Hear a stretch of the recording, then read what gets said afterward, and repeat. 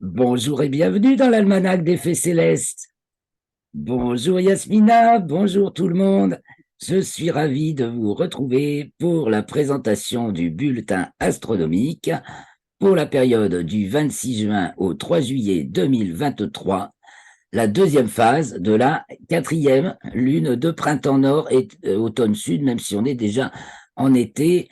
Cette lunaison a débuté le 18 juin avec la nouvelle lune, donc, et c'était encore le printemps, puisque le jour de l'été, le solstice d'été, le jour où le soleil entre dans le signe du cancer, à 0 degré du signe du cancer, c'était le 21 juin. À quelle heure précisément? C'était à 16h57. Donc depuis, nous sommes bien dans la saison d'été, mais au niveau des lunes, nous sommes sur la quatrième lune de printemps, du coup. Voilà. Et la première lune d'été débutera la prochaine nouvelle lune. Donc, c'est la. Alors, d'abord, merci Yasmina pour les questions que tu as posées dans un de mes sondages auxquels vous pouvez accéder si vous vous intéressez justement à distinguer la question des signes et des constellations du zodiaque. Il y a un petit lien sous la description, dans la description de la vidéo, toujours, qui vous amène à un e-book que j'ai réalisé exprès pour bien expliquer la différence entre les signes et les constellations du zodiaque. Et bon, c'est ce que je développe concrètement dans chaque présentation du bulletin astronomique, puisqu'on voit l'entrée de la Lune et des planètes dans les signes, et aussi leur entrée ou arrivée devant les constellations, parce que autant les planètes, le Soleil et la Lune, c'est notre système solaire. On se considère intégré dans cette bulle, première unité commune à notre échelle. Autant les étoiles, c'est au-delà, justement, c'est les semblables au Soleil. Et donc, c'est la toile de fond devant laquelle se déroulent nos scènes quotidiennes et annuelles. C'est la grande toile de fond très très loin derrière. Et donc, bah, on voit les planètes, la Lune et le Soleil devant les constellations, donc on le note aussi, mais faut vraiment bien comprendre que ces constellations sont culturelles, purement culturelles. C'est notre culture occidentale, gréco-romaine en ce qui nous concerne. Bon, elle s'est enrichie des cultures arabes, et puis maintenant, on connaît les cultures amérindiennes, les cultures chinoises. Bon, chaque culture, même avec la même latitude, donc avec les mêmes étoiles, a fait des figures différentes dans le ciel. Euh, et donc, mais ça raconte toujours l'histoire de la vie quelque part, mais de différentes manières.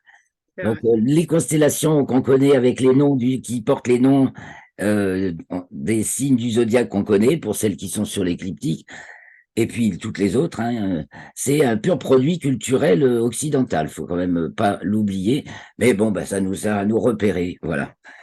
Et donc, on est familier de ces figures. Faut aussi connaître sa culture. Ça fait partie de notre culture, et apprendre à reconnaître ces figures dans le ciel, bah, c'est apprendre à marcher dans le ciel, à se repérer, et il faut bien des figures mémotechniques pour s'y retrouver, justement. Alors, c'est parti, donc je j'embraye sur la présentation du bulletin astronomique. Donc, deuxième phase de la lunaison, donc du premier quartier, le 26 juin, à 9h49. C'est déjà passé pour une fois l'heure où nous enregistrons. Ou à la pleine lune, qui a lieu le 3 juillet à 13h38. Donc, il va y avoir 2 nuits où on va avoir la lune pleine d'un bout à l'autre de la nuit, pratiquement. C'est la nuit du 2 au 3 juillet et la nuit du 3 au 4 juillet. On va voir ça de plus près tout à l'heure. Partageons donc, je partage l'écran. On va sur la fiche.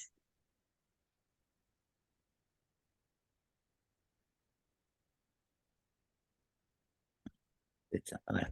Est-ce que tu vois bien la fiche, Yasmina? Non. Ah, Non. elle est en train de se mettre en place, j'ai l'impression. Ah, ça vient, ça vient. Bon, non, ça va. Non. Non, ça vient pas. Je suis pas sûr que ça marchait, le partage. Non, ça n'a pas marché. Ah, Voilà, ça devrait aller mieux. Yes. Eh bien voilà, donc le elle a petit commencé les partages d'écran. récapitulatif chronologique des événements. Donc, je rappelle, je mets des couleurs pour bien distinguer les différents référentiels. Donc, en rose, c'est ce qui se passe entre les objets du système solaire visibles. Sinon, c'est en noir. Et si c'est en vert, c'est que ça concerne les objets du système solaire, donc Soleil, Lune ou planète, par rapport aux étoiles, donc aux constellations. Voilà. Et après, par contre, dans la colonne de droite, vous allez retrouver la constellation dans la première colonne et le degré zodiacal, donc le signe, le degré, dans la deuxième colonne avec une couleur spécifique pour chaque astre. Donc là, sur fond jaune, c'est le Soleil, en gris, c'est la Lune, en noir, c'est le Soleil. En rose, c'est Vénus, en vert, c'est Mercure, en violet, c'est Neptune. Comme ça, on a tout de suite une vision des acteurs de la semaine. Bon, ben, cette semaine, par exemple, bien sûr, la Lune, toujours la Lune et le Soleil, puisqu'on se cadre d'une phase lunaire à l'autre phase lunaire, elles sont marquées par la Lune et le Soleil. Et puis, on voit que, ben, essentiellement, comme acteur, bon, il y a la Lune, bien sûr, en gris, et comme acteur planétaire, ben, on a surtout Mercure, un peu Vénus et Neptune. Mercure et Neptune sont c'est les actrices principales planétaires de cette semaine. Neptune commençant sa rétrogradation annuelle le 1er juillet et Mercure se trouvant en conjonction supérieure au Soleil le 1er juillet, non, le 30 juin pour Mercure, qui devient rétrograde, et le 1er juillet, Mercure est en conjonction supérieure au Soleil, donc on va retrouver à nouveau ces deux planètes qui jouent ensemble. Ça crée beaucoup de confusion, enfin on en reparlera justement dans les commentaires astrologiques tout à l'heure. Donc évidemment, il se passe beaucoup de choses avec Mercure. Alors une petite lecture chronologique. Après, on ira voir sur Stellarium. Donc, le lundi 26 à 9h49, c'est le premier quartier de Lune. La Lune est dans le 5e degré du signe de la Balance et le Soleil du Cancer. La Lune est devant la constellation de la Vierge et le Soleil, celle des Gémeaux. Et il reste devant la constellation des Gémeaux jusque... il est arrivé le 22, je crois, jusqu'au 21 juillet. Donc, il est dans le signe du Cancer, il est dans la constellation des Gémeaux, quoi, grosso modo. Ensuite, mardi 27, à 1h28, Vénus arrive devant la constellation du Lion. Alors, ça, justement, elle va y rester longtemps. Elle va y rester jusqu'au 13 août. Enfin, même, elle va revenir en Cancer parce qu'elle va être rétrograde du 23 juillet au 4 septembre et ça va la faire aller du 29e degré du signe du Lion au 13e du Lion, donc elle ne changera pas de signe.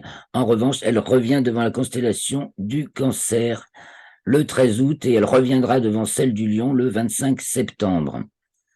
Donc Vénus est encore visible dans le ciel le soir, très très brillante pour l'instant, elle est très visible, mais chaque soir plus basse et elle se couche un peu plus tôt, donc pour l'instant c'est autour de minuit.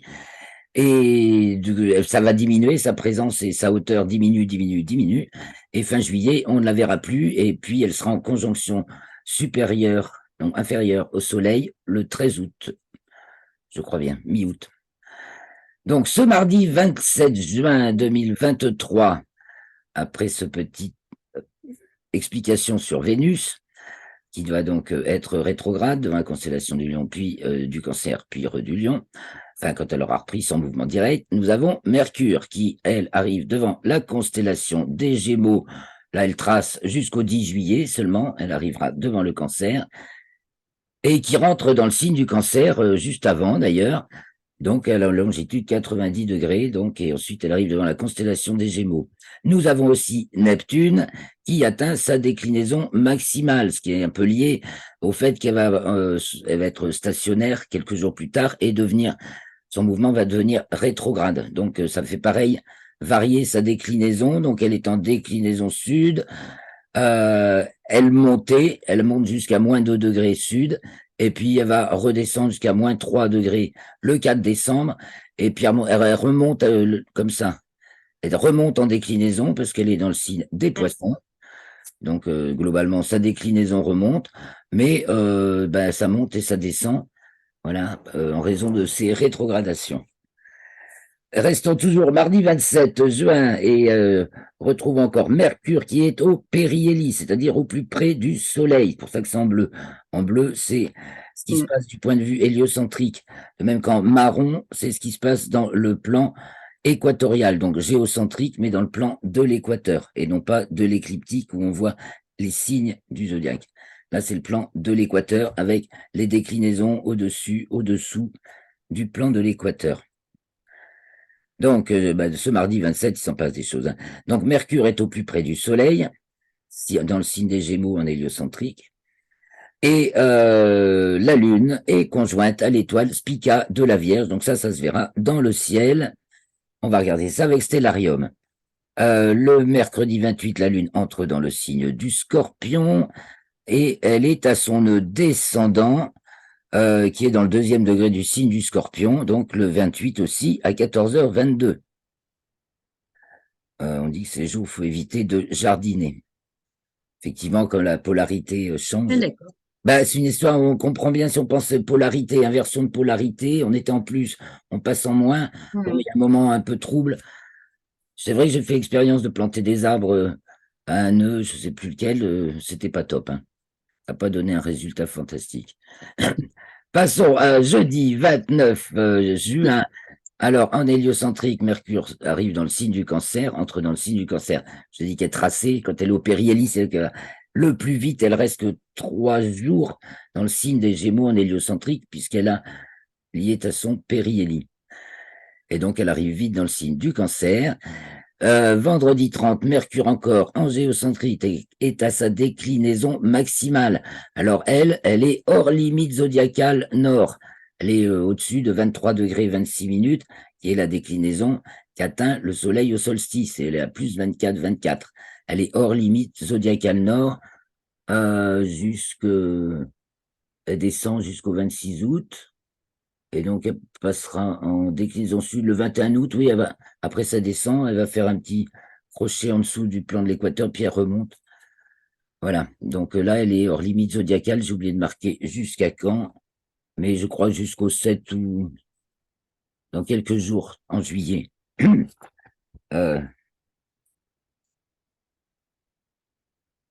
Ouais, le 7 juillet. Elle rentre dans les limites zodiacales. Vendredi 30 juin, la Lune entre dans le signe du Sagittaire à 16h59. Alors, et elle sort des limites zodiacales sud, elle descend. Donc elle descend en latitude, on l'a vu, elle passe à son nœud descendant, elle descend en latitude et elle descend en déclinaison. Ça va nous la mettre très bas pour la pleine lune. Donc elle sort des limites zodiacales sud à 22h50 le 30. Le 30 aussi, 23h07, Neptune est stationnaire dans le plan écliptique, donc son mouvement devient rétrograde. Elle va revenir du 28e degré du signe des Poissons au 25e degré le 7 décembre. Elle reprendra donc son mouvement direct le 7 décembre. Nous arrivons au samedi 1er juillet et c'est la conjonction supérieure de Mercure. Donc en héliocentrique, Mercure est opposé à la Terre. On a Terre, Soleil, Mercure de l'autre côté. Elle est à 5 degrés 25 minutes de latitude, donc elle est au-dessus du plan de l'écliptique, du point de vue héliocentrique. Et en géocentrique, c'est quelques minutes plus tard, 15 minutes plus tard, on a la conjonction en géocentrique, donc de Mercure, on a Terre, Soleil, Mercure, c'est pareil. Sauf que là, du point de vue géocentrique, Mercure n'est qu'à 1 degré 16 minutes de latitude nord aussi, bien sûr. C'est dans le 10e degré du signe du Cancer et sont Soleil et Mercure devant la constellation des Gémeaux. Voilà l'événement du 1er juillet. C'est la conjonction supérieure de Mercure. Le 1er juillet également, la Lune est conjointe à Antares, donc on verra ça dans le ciel le 30 au soir et le 1er au soir. Dimanche 2 juillet, Mercure est à l'apogée, c'est lié à sa conjonction supérieure, c'est-à-dire au plus loin de la Terre. Donc, c'est pas exactement le moment de la conjonction supérieure, en raison des histoire de latitude et de point de vue, bon, il y a des angles. Donc, elle est au plus loin de la Terre à 17h12 le dimanche 2 juillet à 1,328 fois la distance Terre-Soleil moyenne, donc unité astronomique. Je rappelle qu'une unité astronomique, c'est la distance moyenne Terre-Soleil, soit 150 millions de kilomètres. Donc, ça fait plus loin, bien sûr, puisqu'elle est de l'autre côté du Soleil. Dimanche 2, la Lune entre dans le signe du Capricorne et lundi 3, 3h27, elle atteint sa déclinaison minimale, donc sud, moins 27 degrés 50 minutes en dessous du plan de l'équateur, donc largement hors limite zodiacale sud. Elle y reste hors limite zodiacale jusqu'au 5 juillet, 6h10.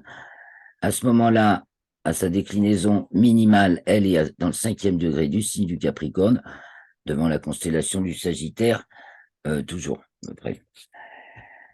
Et c'est la pleine lune à 13h38, donc on va avoir la pleine lune qui culmine le plus bas de l'année.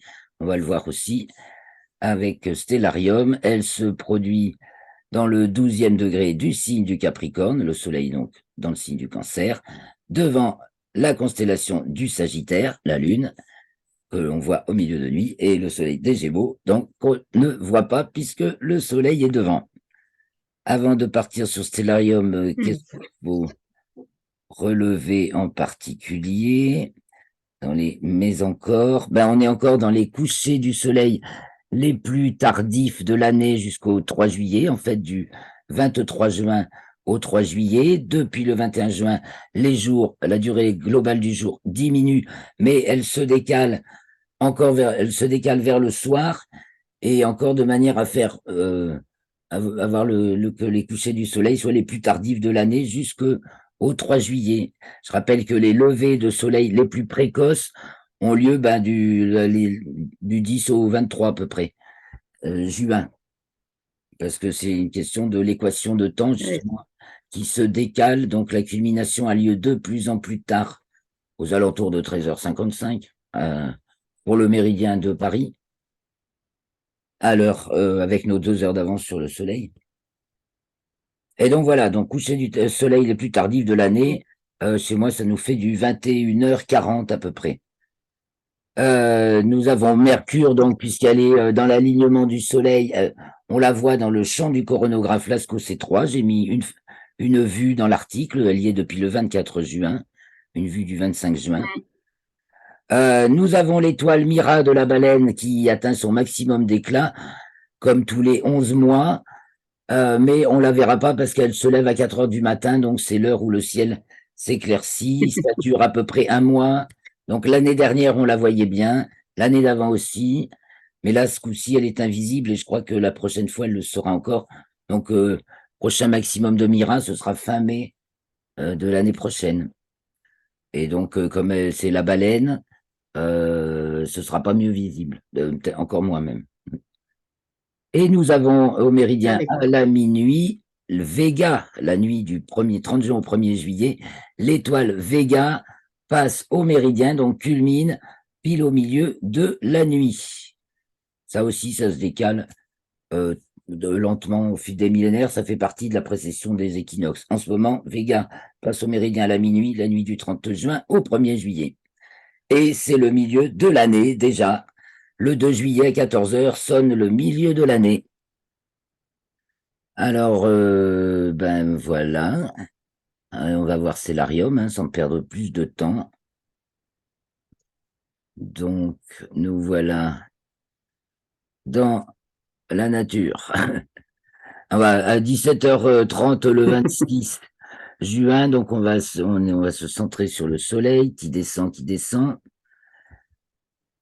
Et voilà, à 17h30, il était à l'ouest pratiquement, à l'ouest donc ici, et il descend, il va se coucher vers le nord-ouest, mais chaque jour un peu plus près de l'ouest.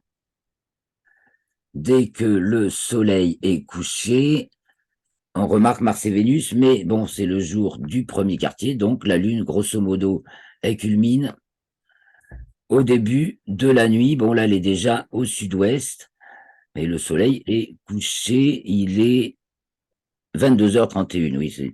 Donc, aux alentours de 21h30, elle culmine, 20h12. Voilà de l'avance. Elle culmine à 20h12, donc en ce jour de premier quartier. C'est normal, c'est déjà passé depuis un moment. Elle est donc toute proche de l'étoile Spica de la Vierge, à laquelle elle va être conjointe le lendemain. Et ici, nous avons, ah oui, Porrima de la Vierge également.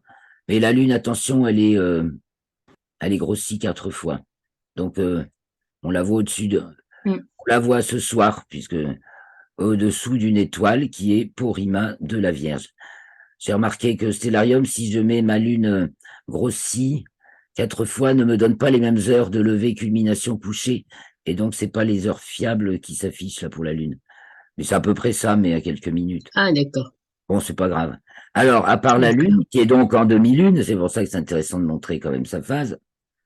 Et donc, là, on a fait On the Mood Again samedi sur la place, sur une place à Decazeville. On n'a pas eu énormément de monde, mais on a tous ceux qui sont venus, ont pu voir la Lune dans plusieurs télescopes. C'était magnifique, bien sûr. Le lever de Lune, donc là, elle s'est levée davantage depuis 2 jours. Elle se levait à peu près, elle était là à peu près. Le soleil se levait sur la mer de la Sérénité.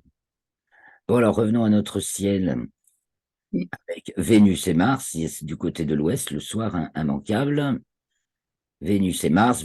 Alors Vénus se rapproche de Mars jusqu'au 1er juillet. Tiens, bon, on va les suivre et puis on reviendra sur la Lune après. Elles vont être toutes proches l'une de l'autre, mais néanmoins, voilà, 30 juin, elles sont plus proches et 1er juillet. Et ensuite, Mars va avancer vite et Vénus va pas reculer encore, elle n'est pas encore rétrograde, mais son mouvement ralentit et l'écart entre les deux augmente. Et Vénus, elle, se couche de plus en plus tôt, Mars aussi, mais Vénus va se coucher encore plus vite, plus tôt que Mars. Donc on va voir Vénus et Mars encore dans le ciel durant le mois de juillet, mais de moins en moins longtemps et de plus en plus bas. Et après, poète, les deux vont disparaître.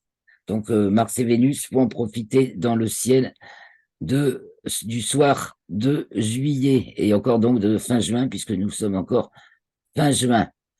Alors après, on va prendre une petite heure dans la nuit. Vous voyez, elles vont se coucher. Vénus se couche elle se couche aux alentours de minuit, 23h45, le 3. Donc, la nuit passe, on va chercher, Bon, notre lune, ça c'est justement, c'est le 3. Alors, ça, on va revenir en arrière, parce qu'on est la nuit du 3 au 4, là, et ça, ce sera la semaine prochaine. Donc, le 2, on va regarder la lune de jour en jour et les étoiles qu'elle accompagne. Et elle n'accompagne pas de planètes cette fois-ci, elles sont toutes passées en revue. Elles sont passées toutes en revue à la 4e phase, l'avant-dernière semaine pour les planètes du matin et la semaine qui vient de passer pour Mars et Vénus qui sont du soir. Maintenant, la Lune va doubler donc Antares du Scorpion. Non, là d'abord Spica de la Vierge, pardon. Le 27 au soir, vous voyez, la Lune est juste qui est gibbeuse croissante, donc dans le croissant grossi, on dit qu'elle est gibbeuse croissante, et juste au-dessus de l'étoile Spica de la Vierge, qui se couche à 2h du matin, donc on a le temps de la voir en début de nuit. J'affiche un peu les constellations et leur nom, c'est plus facile à repérer. Ensuite, le lendemain, je me remets sur la Lune qui cavale. Le lendemain, la Lune, donc quand c'est la 2e phase de la lunaison, elle se lève dans l'après-midi, de plus en plus tard, premier quartier autour de midi, puis de plus en plus tard dans l'après-midi, puisque quand on arrive à la pleine lune, elle se lève à peu près au coucher du soleil. Donc on voit la lune l'après-midi et en première moitié de nuit, et quand on voit la lune l'après-midi et en première moitié de nuit, c'est qu'elle est croissante. Il suffit de s'en rappeler, si on n'est plus perdu, et si on la voit le matin, c'est qu'elle est décroissante. Donc, la Lune le Ouais. 28, nuit du 28 au 29, nuit du 29 au 30, elle était devant la Balance, du 30 au 1er juillet, elle est devant le Scorpion. Donc, vous voyez, le 1er juillet, elle est conjointe en Antares. Alors, ça, donc, le 31, le 30 au soir, pardon, il n'y a pas de 31 en juin. Et le 1er juillet au soir, hop, au soir, 23h31, parce qu'il commence à faire nuit, mais la Lune, on la voit. Donc, elle passe de la droite à la gauche d'Antares du Scorpion le 1er juillet. Et on va arriver au 2 juillet. Elle arrive devant le Sagittaire. Et c'est la première nuit de pleine Lune. Et c'est la nuit de la pleine Lune. Et puis la suivante aussi, puisqu'elle a lieu à 13h en milieu de journée. Donc, le 2 au soir, la Lune se lève euh, Le 2 au soir. Attends. oui, le 2 au soir. Elle se lève à 20 chez moi, 21h21 pour un soleil qui se couche à 21h40. Donc, elle se lève une trentaine de minutes avant le coucher du soleil. Elle est déjà levée quand le soleil se couche. On va revoir son lever, mais il ne nous reste plus beaucoup de temps. Mince, mince, mince, mince, je me trompe dans les jours. Le 2 et le 3. Et non pas le 4. Donc, un peu plus tôt. Voilà. Et donc là, elle se lève à 21h21. 22h21.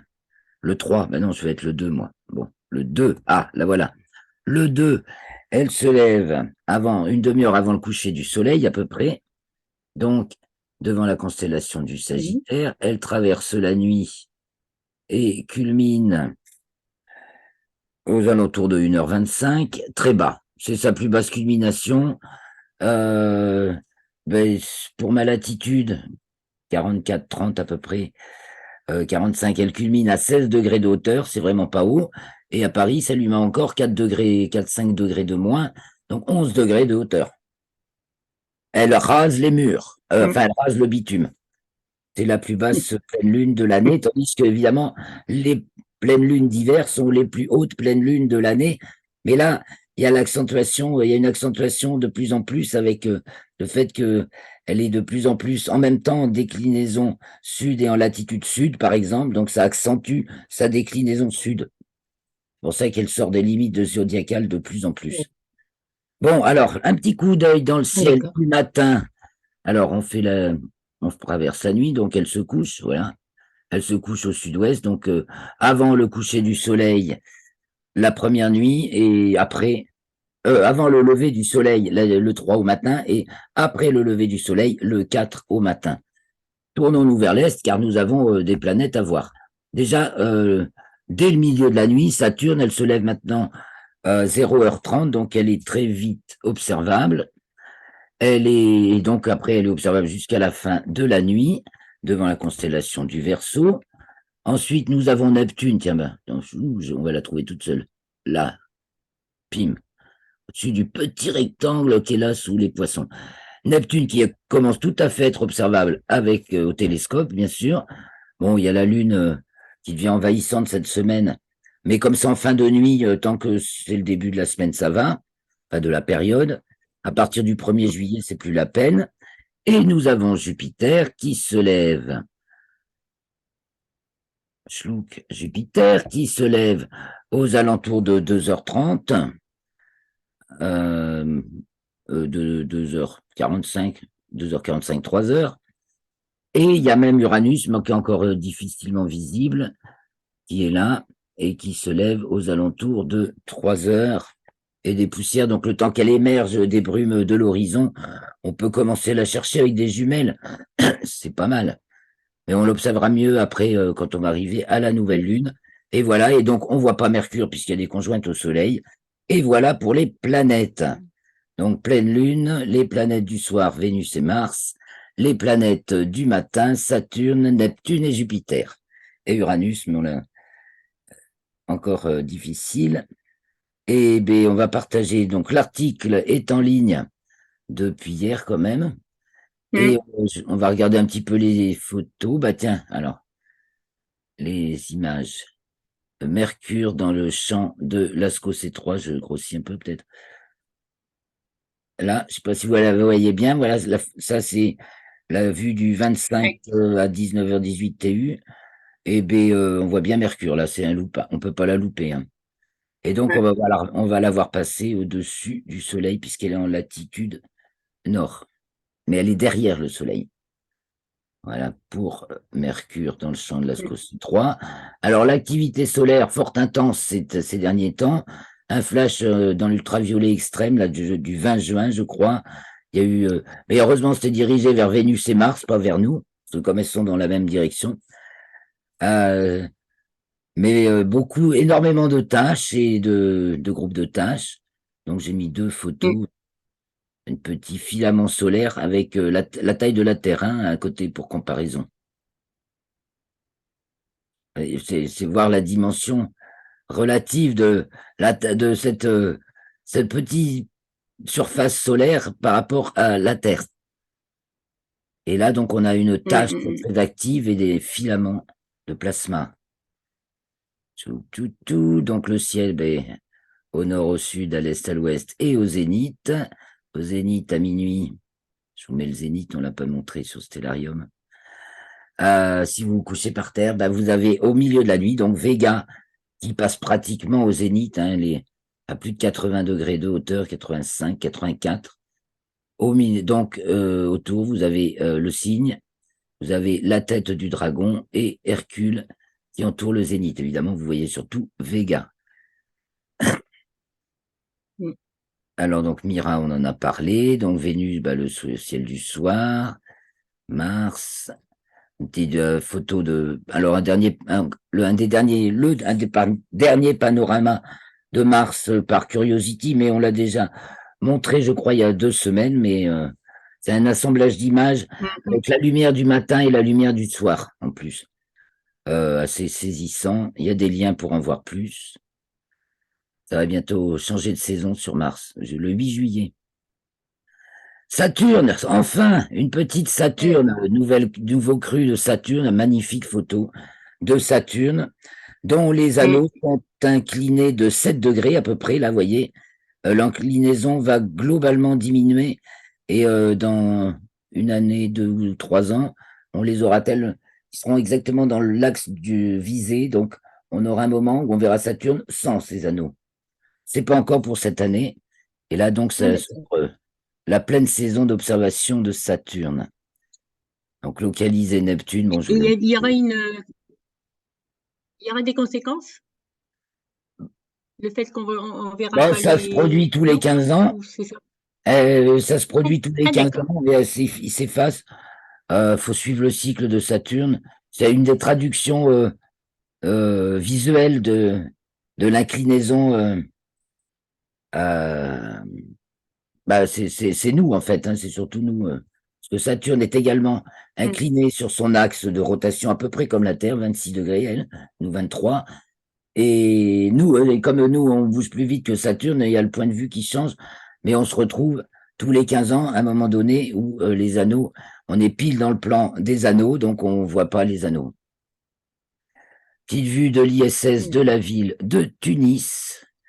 Donc là, ce coup-ci, c'est pas pris par Thomas Pesquet. J'ai vu son magnifique livre de photos de la Terre prise de l'ISS. Ah, c'est splendide, hein. Et tout est bien commenté, expliqué, c'est très chouette.